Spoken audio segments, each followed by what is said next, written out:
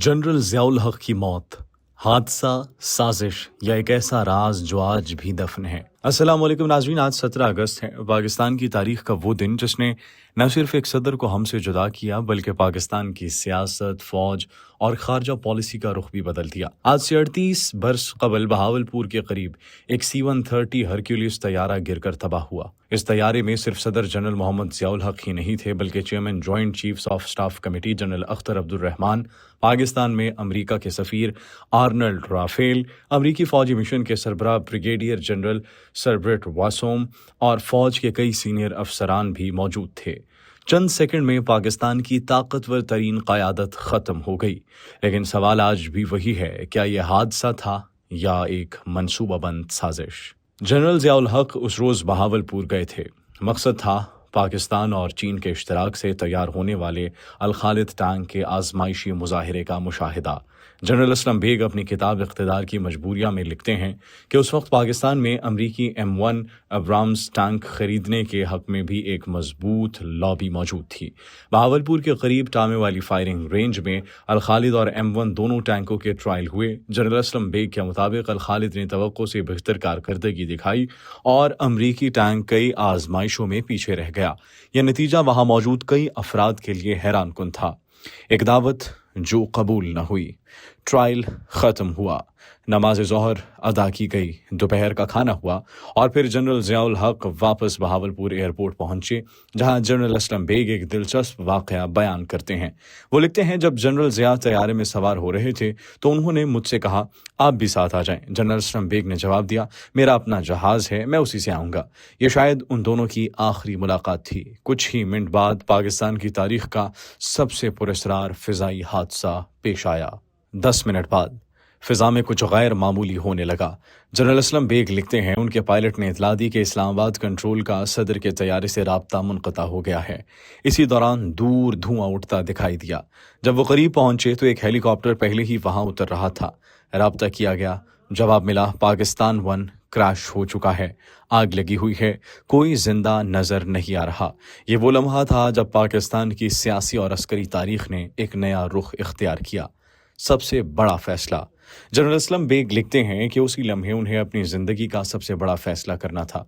उन्होंने लिखा, मुझे फैसला करना था कि इख्तिदार अपने हाथ में लेना है या उसे अवाम के नुमाइंदों के हवाले करना है।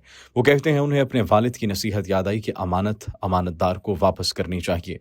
चुनांचे उन्होंने फैसला किया कि आइन के मुताबिक चेयरमैन सेनेट गुलाम इसहाक खान को कायम मकाम सदर बनाया जाए और 90 दिन के अंदर इंतखाबात करवा कर इख्तिदार अवाम के मुंतखब नुमाइंदों के हवाले किया जाए। यह फैसला पाकिस्तान की सियासी तारीख के अहम तरीन फैसलों में शुमार किया जाता है, लेकिन असल मुअम्मा अभी बाकी है।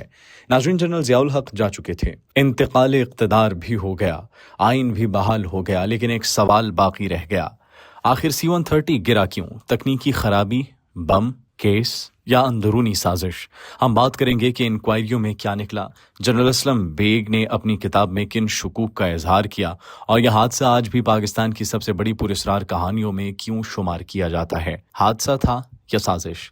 जनरल ज़ियाउल हक की मौत पर आज तक सवाल क्यों बाकी हैं? नाज़रीन, पहले हिस्से में हमने जनरल ज़ियाउल हक के आखिरी दिन की कहानी सुनी। अब आते हैं उस सवाल की तरफ जो गुज़िश्ता 38 बरस से पाकिस्तानी अवाम के जहन में मौजूद है। आखिर C-130 तैयारा गिरा क्यों? ये सवाल सिर्फ इसलिए अहम नहीं कि इसमें एक सदर जाँ-बहक हुए थे, बल्कि इसलिए भी कि उस तैयारे में पाकिस्तान की अस्करी क़यादत, अमरीकी सफ़ीर और अमरीका के फ़ौजी मिशन के सरबराह भी मौजूद थे। यानी अगर ये साजिश थी तो उसके असरात सिर्फ पाकिस्तान तक महदूद नहीं थे। इंक्वायरी में क्या निकला? जनरल असलम बेग अपनी किताब में लिखते हैं कि हादसे के फ़ौरन बाद मुख्तलिफ सतहों पर तहकीकात शुरू कर दी गई। पाकिस्तान एयरफोर्स ने अलग इंक्वायरी की, मिलिट्री इंटेलिजेंस को भी तहकीकात का हुक्म दिया गया, ISI से भी अलहदा रिपोर्ट तलब की गई और बाद में अमरीका की जानिब से भी तकनीकी तज्जिया किया गया। यानी ये सिर्फ एक इंक्वायरी नहीं थी बल्कि कई मुख्तलिफ इदारे इस मामले को देख रहे थे। क्या जहाज़ में जहरीली गैस थी? यह नजरिया कई बरसों तक ज़ेर बहस रहा। कुछ लोगों ने कहा कि शायद जहाज़ के अंदर कोई जहरीली गैस छोड़ दी गई थी जिससे पायलट बेहोश हो गए, लेकिन जनरल असलम बेग लिखते हैं कि पाकिस्तानी तहकीकात में भी और बाद में अमरीकी रिपोर्ट में भी किसी जहरीले केमिकल या गैस का कोई वाज़ेह सबूत नहीं मिला। यानी यह नजरिया कम अज़ कम इन तहकीकात से साबित नहीं हो सका। फिर शक क्यों बाकी रहा? यहाँ एक दिलचस्प बात सामने आती है। जनरल असलम बेग लिखते हैं कि हादसे से पहले कॉकपिट से किसी ने पायलट को आवाज दी, क्या हो रहा है, लेकिन पायलट की तरफ से कोई जवाब नहीं आया और सबसे हैरानकुन बात, कोई SOS कॉल भी नहीं की गई।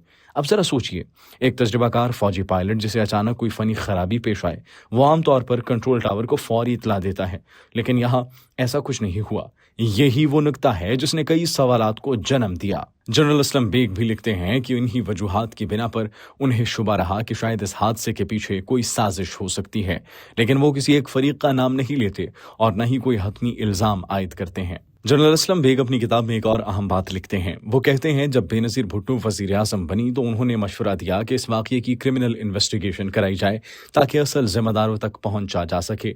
बाद में उन्होंने यही मशवरा नवाज शरीफ को भी दिया। उनके मुताबिक मुख्तलिफ कमीशन ज़रूर बने, लेकिन ऐसा कोई नतीजा सामने नहीं आया जो इस वाक़ये के तमाम सवालात का जवाब दे सके। यानी अदालती और इंतज़ामी कार्रवाइयाँ हुई, लेकिन मुअम्मा अपनी जगह बरकरार रहा। नाज़रीन, यहाँ एक बात समझना ज़रूरी है। तारीख में बाज़ वाक़यात ऐसे होते हैं जिन पर कई नज़रियात जन्म लेते हैं। जनरल ज़ियाउल हक़ की मौत भी उनकी वाक़यात में से एक है।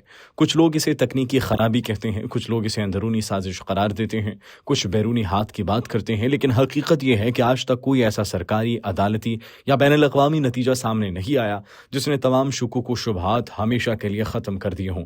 इसीलिए यह वाक़या आज भी पाकिस्तान की तारीख के सबसे पुरअसरार वाक़यात में शुमार होता है। लेकिन एक और सवाल भी है। शायद जनरल ज़ियाउल हक़ की मौत से भी बड़ा सवाल यह है, उन्होंने पाकिस्तान को किस हाल में छोड़ा। 11 बरस की हुकूमत, इस्लामाइजेशन, अफगान जहाद, आइन में 8वीं तरमीम, सियासी जमातों पर पाबंदियाँ और फिर उन्हीं के दौर के फैसलों के असरात जो आज भी पाकिस्तान की सियासत में महसूस किए जाते हैं। हम जनरल ज़ियाउल हक़ के सियासी विरसे पर बात करेंगे। क्या वो पाकिस्तान को मजबूत बना कर गए या ऐसे तनाज़ात छोड़ गए जिनके असरात आज भी ख़त्म नहीं हुए? यही इस वीलॉग का सबसे अहम हिस्सा होगा। जनरल ज़ियाउल हक़ का विरसा, हीरो, आमिर या पाकिस्तान की तारीख का सबसे मुतनाज़ हुक्मरान। नाज़रीन, अगर जनरल ज़ियाउल हक़ की ज़िंदगी और उनकी मौत को अलग अलग देखें तो शायद तस्वीर मुकम्मल ना हो। असल सवाल ये नहीं कि उनका तैयारा क्यों गिरा, असल सवाल ये है उन्होंने पाकिस्तान को क्या दिया और क्या छोड़ कर गए। ये वो सवाल है जिस पर आज भी पाकिस्तान दो मुख्तलिफ राय रखता है। जनरल ज़ियाउल हक़ के हामी कहते हैं उन्होंने सोवियत यूनियन के खिलाफ अफगान जहाद में अहम किरदार अदा किया, पाकिस्तान को खिते में एक अहम स्ट्रेटेजिक ताकत बनाया, दिफाई सलाहियत को मजबूत किया। उसी दौर में पाकिस्तान के एटमी प्रोग्राम ने भी फैसलाकुन पेशरफ्त की। अल-क़ाइदा टैंक जैसे मंसूबों की बुनियाद भी उसी ज़माने में रखी गई और इस्लामी शनाख्त को रियासती पॉलिसी का हिस्सा बनाया। उनके हामियों के नज़दीक ये उनकी बड़ी कामयाबियां हैं, लेकिन नाक़दीन का मौक़िफ़ मुख्तलिफ है।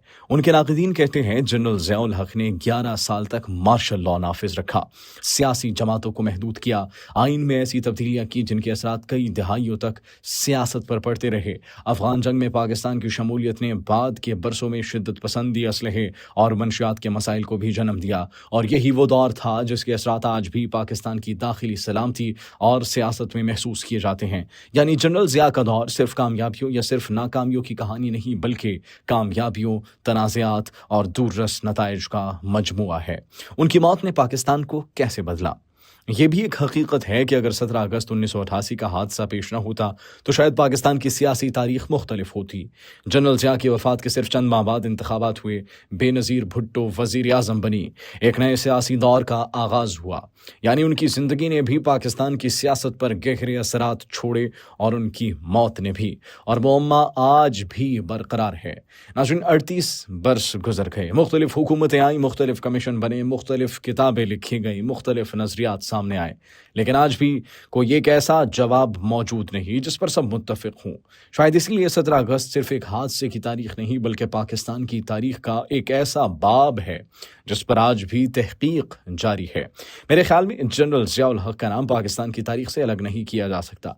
आप उनके हामी हों या नाक़िद, इस हकीकत से इनकार मुमकिन नहीं कि उन्होंने पाकिस्तान की सियासत, खारजा पॉलिसी, दिफाई हिकमत अमली और आइनी ढांचे पर गहरे असरात मुरतब किए। उनके दौर के फैसलों के असरात आज भी कौमी सियासत, अदालती मुबाहिस, मजहबी बयानिए और इलाकाई सलामती के मुबाहिस में दिखाई देते हैं।